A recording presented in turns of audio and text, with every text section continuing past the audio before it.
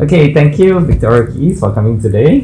Thank you very much for You're coming down welcome. today. So if you could tell your audience your story, how you started up in your interest in photography and, while you're working at the same time, how it has grown, with that interest, grown to where you are today, where paying it forward and building charity and helping people in so-called Cambodia. So could you just share with us your story on that? Yes, absolutely can.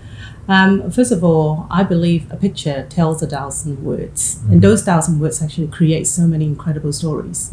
That's my belief. My late father actually was a photographer, and I was quite naive, but at the age of 11, he took me to a community college to learn about photography. Wow, at 11. Yes, so I can say I was the youngest in the class, but I didn't understand anything. So all I understood was my father wanted me to study photography. But I spent a lot of time with him in the dark room, watching him how to develop photos. And I got quite inspired at the time. But I entered into the workforce as a professional HR person. The photography kind of put on the sideline. So I was doing a lot for my personal interests, for family and so forth. Not until in 2017, since I started volunteering in Laos, Thailand and Cambodia, I had a lot of opportunities to take some really impactful portraits. But together with my skills in HR, so I started writing stories of those people that I met. In the village that I teach the little schools, I get to meet so many extraordinary people, and the story just amazing. And every single time when I look at those little kids, I look at their eyes and I just go, wow, that's the power of the stories. And also, when I was actually, I grew up in a very much a working class family from Hong Kong, and we have quite a big family. Not all of us actually could finish school.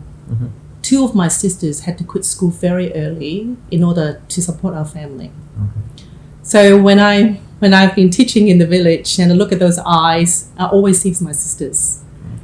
And so one thing led to the other. My photos inspire a lot of people within my network and also outside my network. And the compassion just united everyone together. And I start asking myself, so can I actually leverage some of those stories to make the world just a little bit better? So from stories lead to our donation and lead to our charity projects. So from stories, now we are advancing education for some of the communities in Cambodia. Okay, that's really, really good. You mentioned like you went into volunteerism, and what was the thing or that big change inside you that sparked you? Hey, I should go into volunteerism. Okay. I guess I believe life presents a lot of opportunities to just everyone. It's a matter of how you look at it and how do you grab it. 2 years ago, my family relocated to Singapore from Sydney. And I was thinking, okay, so maybe at last I can actually have a bit of career break. And I did make an attempt, try to be a Thai in Singapore because people say that's something you can do. So I did enjoy, some of the coffee shops and so forth in Orchard, but didn't last long. So it was roughly about 2 weeks. And then I sat at home and I was kind of talking to myself. I go, wow, then I can't be a Thai. What can I be? So I started to actually look really deep into my passion. What do I want to do? And then the answer was very simple and very clear. I want to do something for other people. So I started searching online and I went for my first volunteering experience. That was at the border of Thai and Laos. That was, looking back, that was quite scary because I was there on my own. So at the age of 48, I was backpacking, going to a totally unfamiliar environment. And the people I don't know. But one thing I know was I have a purpose. I have a purpose to serve this world, try to make it better. So that was the kind of motivation and encouragement I got to make the first step. Wow, it's really nice. I totally agree. When we travel and like it's the first time going to a place, there's your little voice inside you is like, what could go wrong? What could but I think the mission where your mission was, this is where I want to go, Mhm. and I think that was really, really inspiring, driving forward. Yeah, in a way, yes, and also no. So I have a vision. Always a kind of taking back 2 years ago. I did have a vision when I was trying to be a Thai. But once I kind of firm up, I want to go volunteering. I was very clear with my purpose, but I wasn't clear with my mission. Okay. I didn't know how I could get there. So I have my vision. I want to make the world a little bit better, but I don't know exactly how to do it.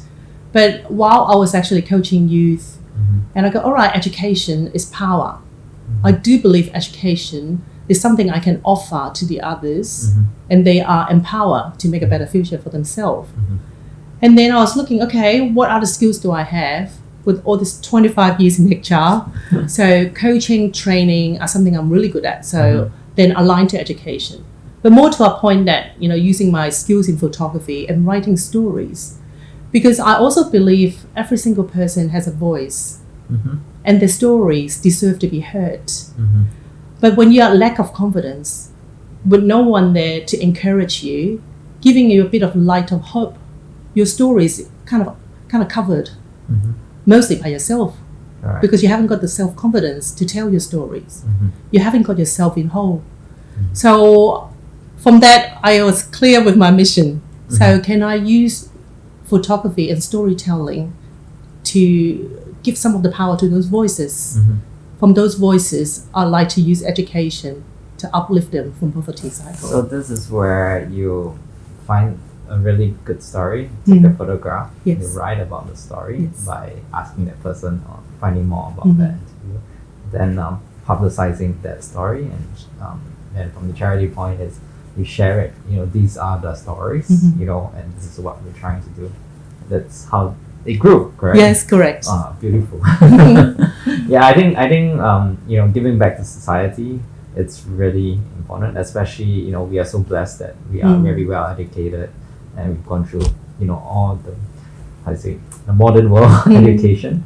And one thing I really loved when I was reading your biograph was how things have evolved and what you have achieved. And I would say based on that, where do you see yourself and charity growing in the next 5 years? This is very interesting because that's one of the typical questions I would ask my candidate when I was in the HR industry. Okay. So where do you see yourself in 5 years, right? Yeah. I don't know exactly where I will be, what I will be doing in 5 years' time, but I'm very clear that I will be still helping the world, helping a lot of people, to have a better future. That's exactly how I see myself. Cool, that's really good.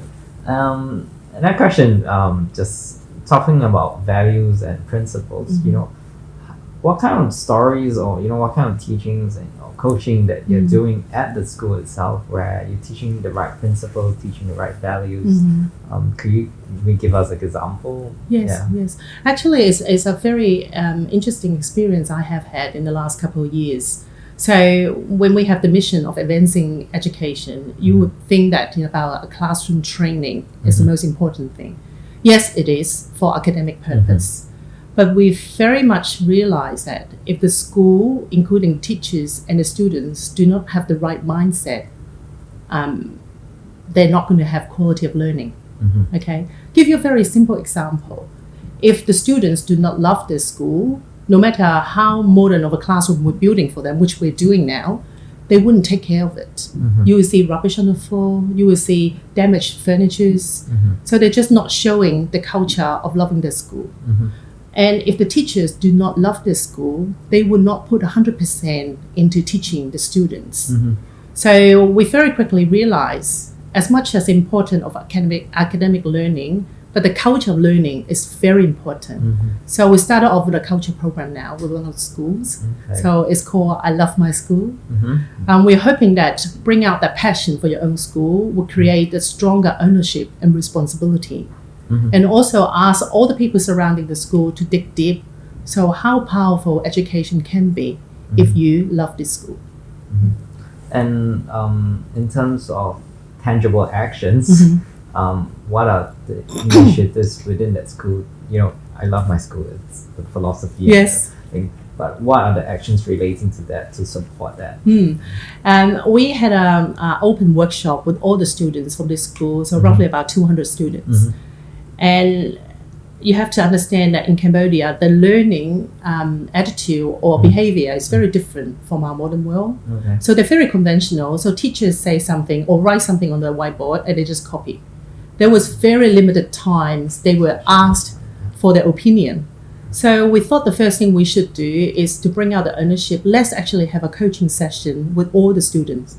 So we opened up the forum and asked the students. So now we have a new classrooms. Do you love your school? And the student, all of them put their hands up. We love our schools.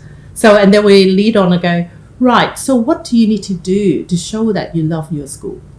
So the answer came from them. So at the end, I just actually, my job was quite easy. Yeah, I just facilitated a conversation and I summarized it back to them. It's down to 3 points. One, you need to take care of your school. Second, you need to love the people at your school. Number 3 is you need to love your environment.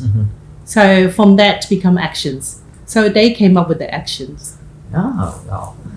Talking about actions, you reminded me of a video I saw, which I posted on my Facebook. Yes. Was there's this school, I can't remember where it was, based, I think America or somewhere, where kids probably kindergarten kind of level, K1, K2, where every time they come to school, they had like the class monitor had a piece of paper. Give me a hug, give me a high five, give me a bump, a fist bump. I can't remember what was the last one.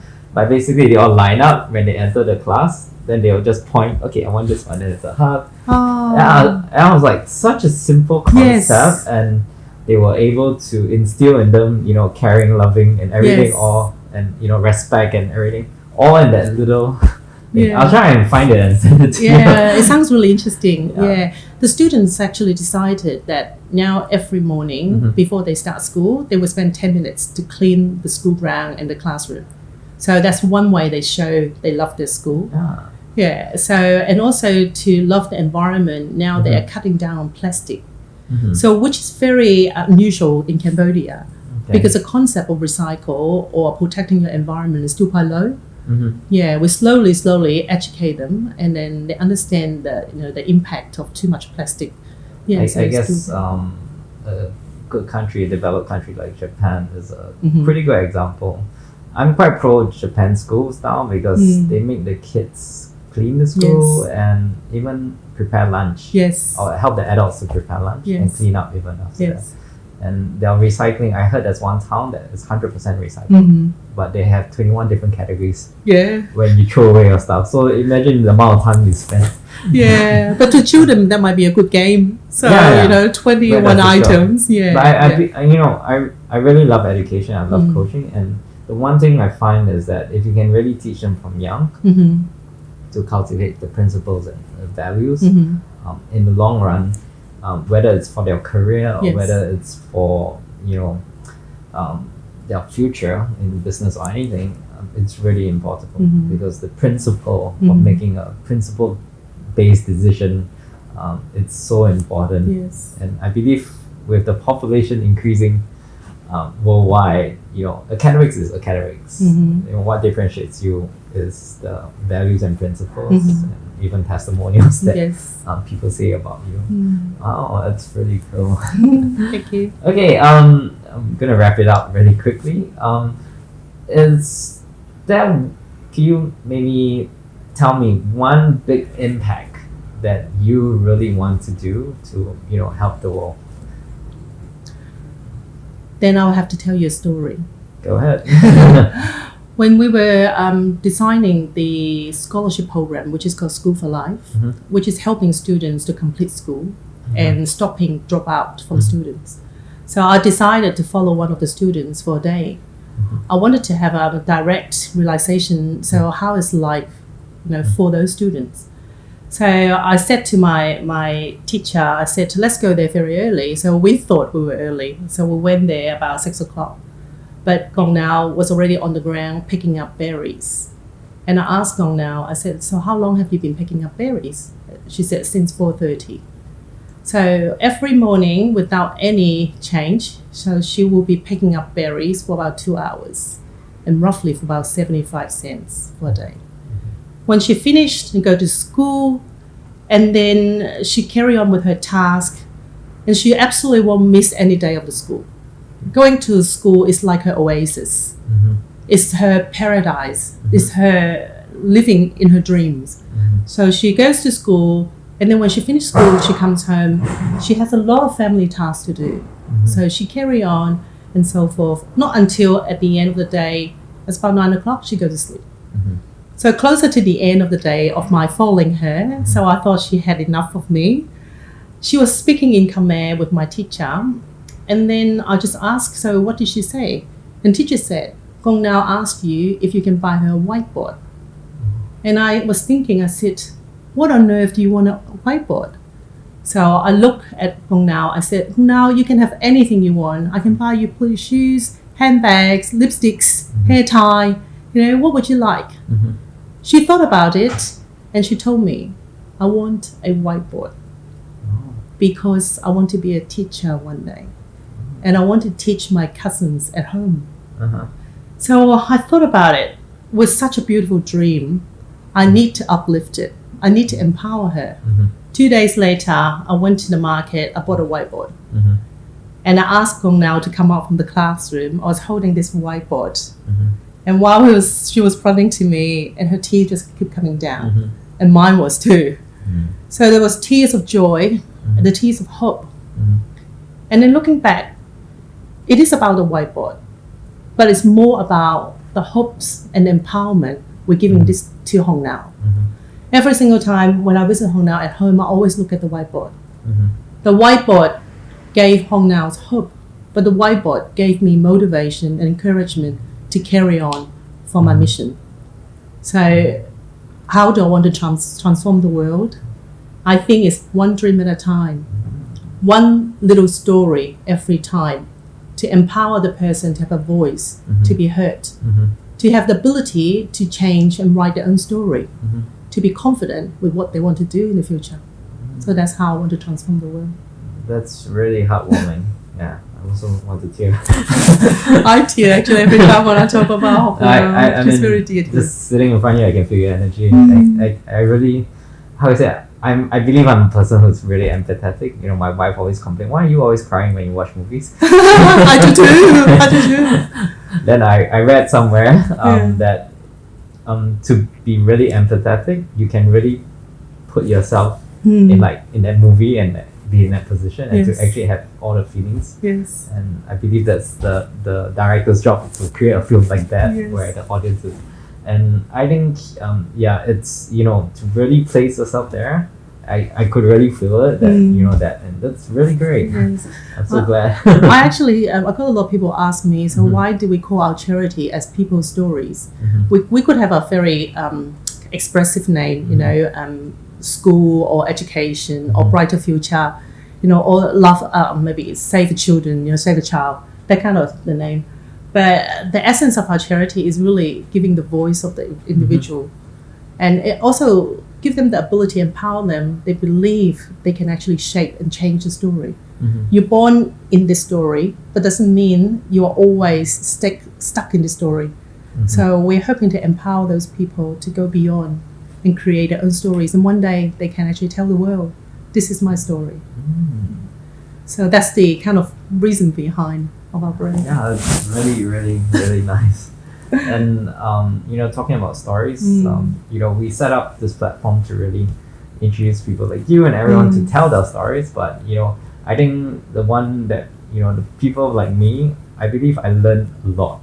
Just by talking to you, talking to other people, and I love researching into the mind and how the mind works and how it plays tricks on you as well. But I think the power of positivity and the power of having a team with the same mission and vision to drive, that that really changes the world.